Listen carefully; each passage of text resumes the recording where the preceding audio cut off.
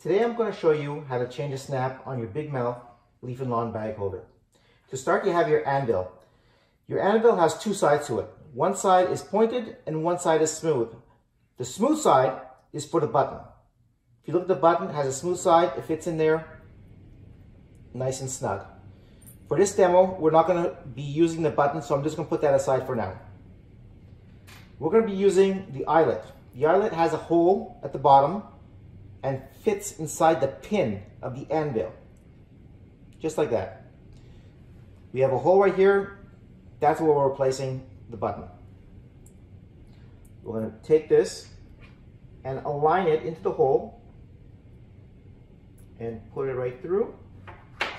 And the important thing is you have to make sure that pin, you can see the pin inside the hole.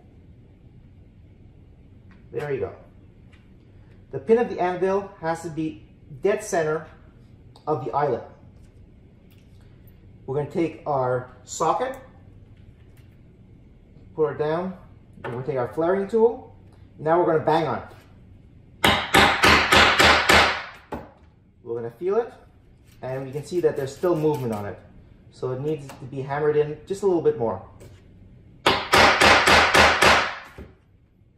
It's moving a little bit still. We can give it another little hammer.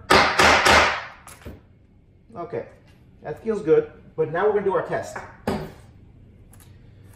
We're going to try to snap it together. And I'm pushing right now, but it doesn't want to snap together. That means it still needs to be banged in a little bit more.